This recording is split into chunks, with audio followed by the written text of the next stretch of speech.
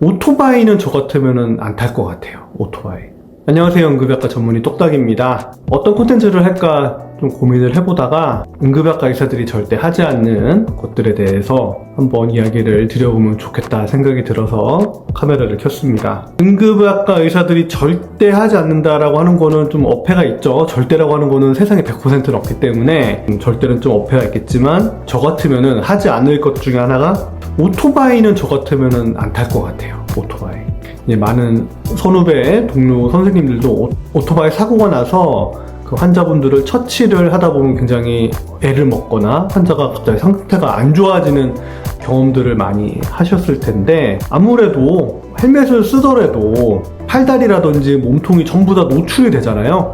그리고 생각을 해보시면 같은 60km로 달리는 자동차로 60km 달리는 거랑 오토바이로 60km/h로 달리는 거랑 부딪혀서 사고가 났을 때 차량 운전자는 아무런 증상이 없을 확률이 높죠. 하지만 자동차에 치인 오토바이 운전자 같은 경우에는 아무리 보호 장구를 많이 했다고 하더라도 붕 떠서 어딘가에 내동댕이 쳐지거나 부딪혀가지고 다치는 확률이 훨씬 높게 되죠. 안전벨트라고 하는 개념이 없으니까 그대로 뭔가 어딘가에 깔린다거나 오토바이 차체 내에 깔릴 수도 있고, 지나가는 차량에 의해서 2차 손상을 입는 경우도 발생할 수가 있고, 그래서 이제 오토바이 환자분들, 사고 환자분들 들어오시면 아주 다양한 과들을 응급의학과 입장에서는 내린다고 표현을 하거든요. 호출을 해야 되는 경우가 있는데, 흉부외과, 흉부외과 같은 경우에는 뼈가 부러진다거나 가슴에 타박을 입었다거나 갈비뼈 골절 있다거나 하면은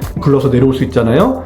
그런데 이제 머리가 다치는 경우에는 이제 신경외과가 필요하겠죠. 뇌출혈이 있는 경우에 해결을 해야 되니까. 그리고 안면 뼈가 부러진다든지 할 때는 성형외과, 열상이 있는 것도 마찬가지고.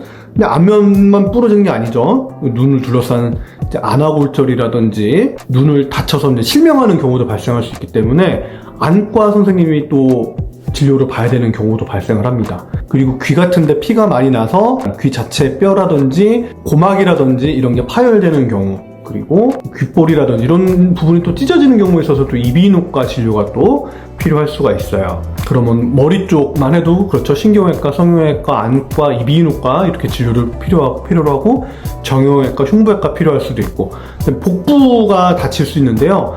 복부 장기 중에 제일 먼저 떠오르는 게 이제 간이 가장 크기 때문에 간 다치는 경우, 간이 또 찢어지거나 비장이 찢어지거나, 그리고 큰 혈관들이 다치는 경우가 발생을 하죠. 그럴 때는 외과 선생님이 진료를 봐야 할 수가 있어요.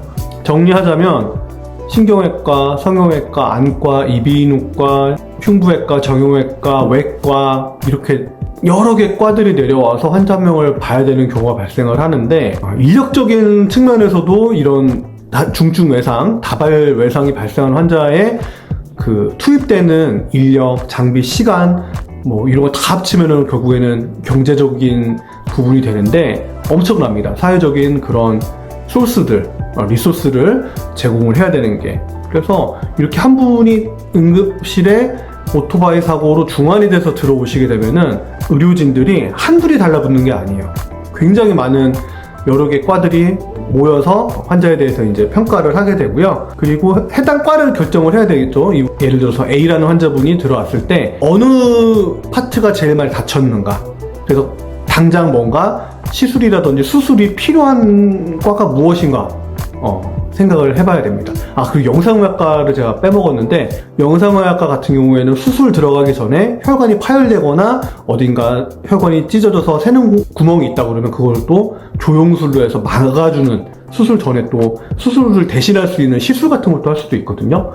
또 영상의학과 교수님이 또 나와서 시술하려고 그러면 영상의학과 영상 기사 분들이라든지 간호사라든지 이런 분들이 또 나와야 되고, 또 응급수술하게 되면 또 마취과 선생님들이 또 달라붙어야 되는 그런 상황이 벌어지게 됩니다.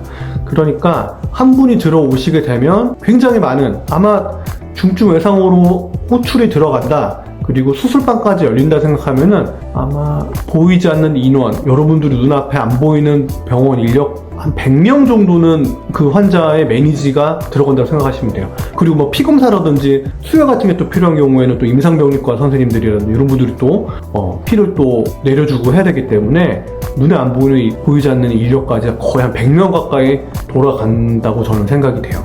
그래서 이런 부분들 병원에 들어오게 됐을 때 이런 아주 다양한 과들을 봐야 되는 온 몸에 이곳저곳이 다칠 수 있는 오토바이를 탄다? 라고 하는 거는 물론 뭐 오토바이를 좋아하시고 아주 뭐 많은 고가의 오토바이를 수집하고 계시는 의사 선생님들도 알고 있지만 응급학과 의사 입장에서는 그리고 일반인 수준에서 여러분들 입장에서는 오토바이를 타고 그렇게 즐기신다, 레크리에이션 목적으로 하신다라고 하는 거는 굉장히 좀 위험한 생각 아니겠느냐라고 생각을 합니다.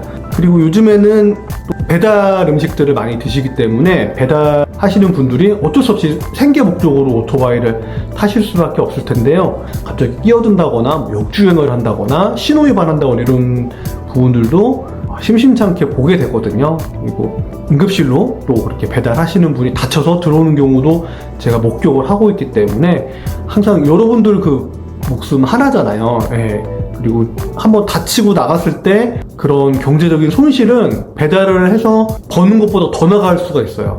그렇기 때문에 그런 안전적인 측면, 여러분들의 건강적인 측면을 위해서라도 제가 오토바이로 생업을 하시는 것을 막을 수는 없지만 안전 수칙을 최대한 준수를 하셔서 운전을 해주셨으면 좋겠다고 당부 말씀드리겠습니다. 자, 오늘은요, 응급의학과 의사라면 하지 않을 행동, 오토바이에 대해서 한번 제 생각을 이야기해봤습니다.